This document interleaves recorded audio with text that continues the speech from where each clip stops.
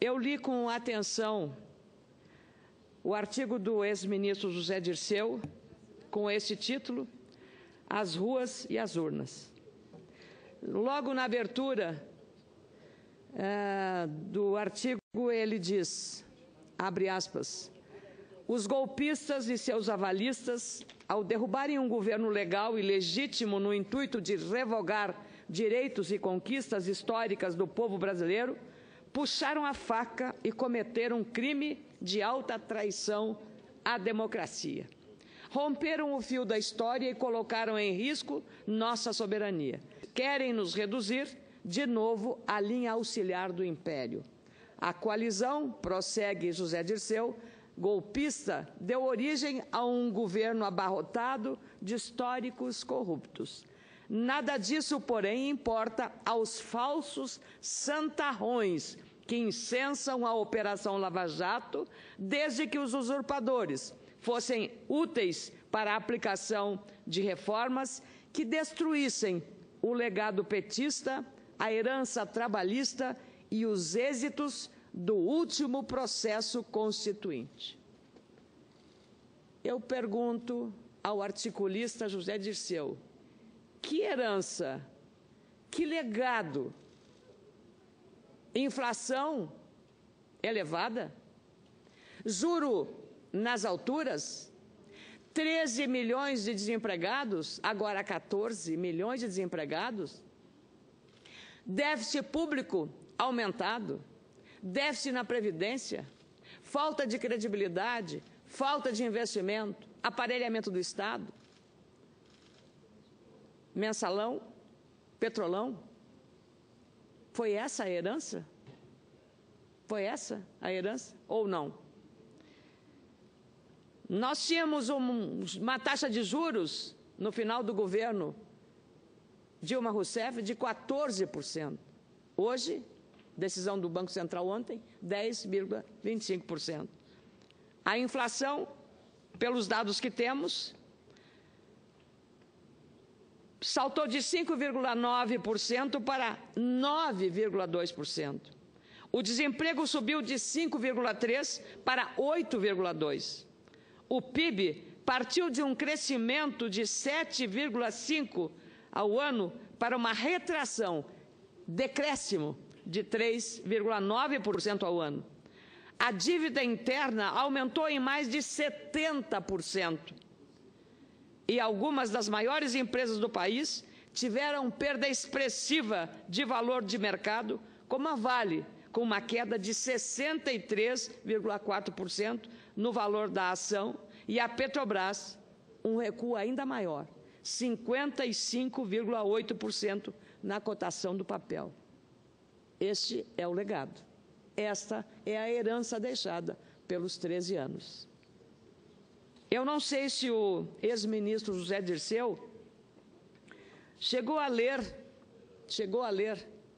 alguns dos diários de Nelson Mandela. Nelson Mandela ficou 27 anos na prisão.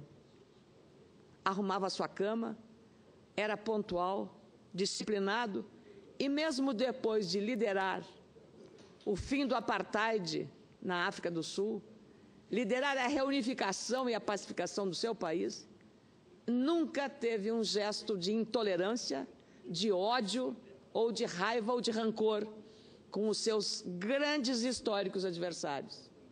Aqueles que mantiveram, por longo da história daquele país africano, o apartheid, o racismo expresso numa separação entre blacks and whites, brancos e negros.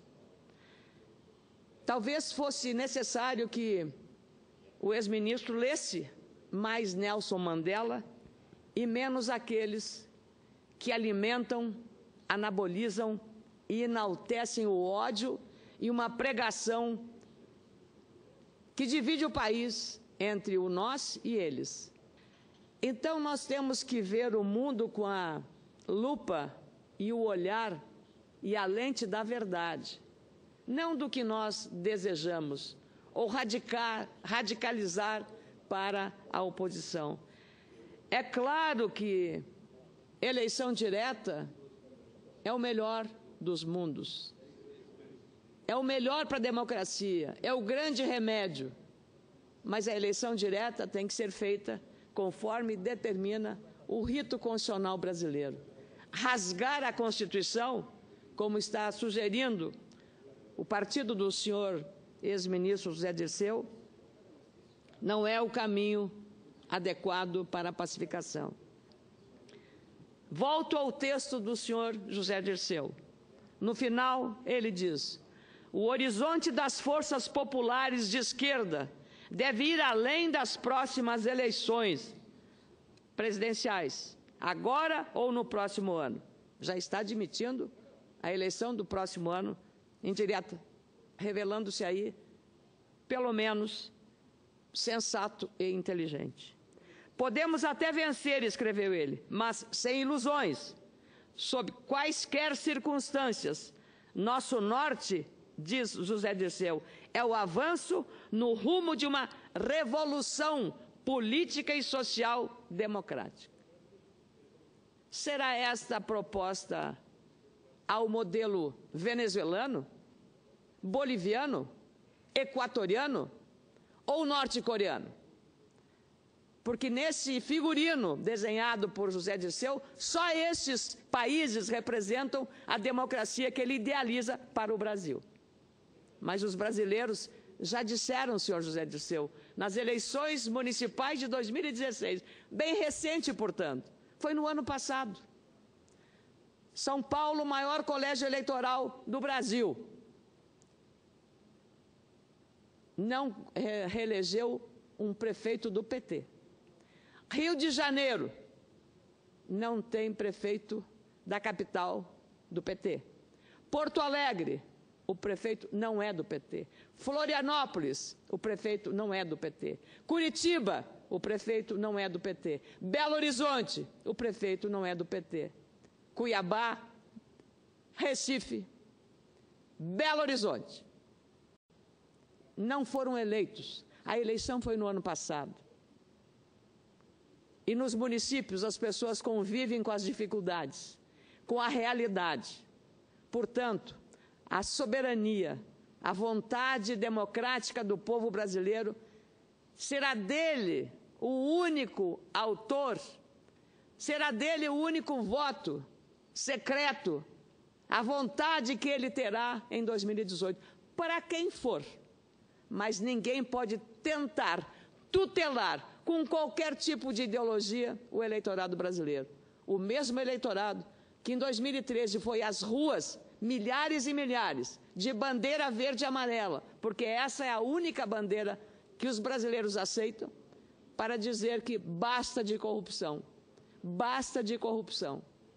Foi esse o recado que as urnas deram em 2016. E seguramente será o mesmo recado que será dado nas eleições de 2018, que está muito próximo. Essas eleições serão um divisor de águas em relação ao que os brasileiros esperam deste país tão grande e tão generoso. Um país cujo povo é capaz de superar as maiores tragédias, as maiores dificuldades, entendendo que é com trabalho, com responsabilidade, com equilíbrio, mas sem uma pregação de ódio, que nós vamos reconstruir o nosso país.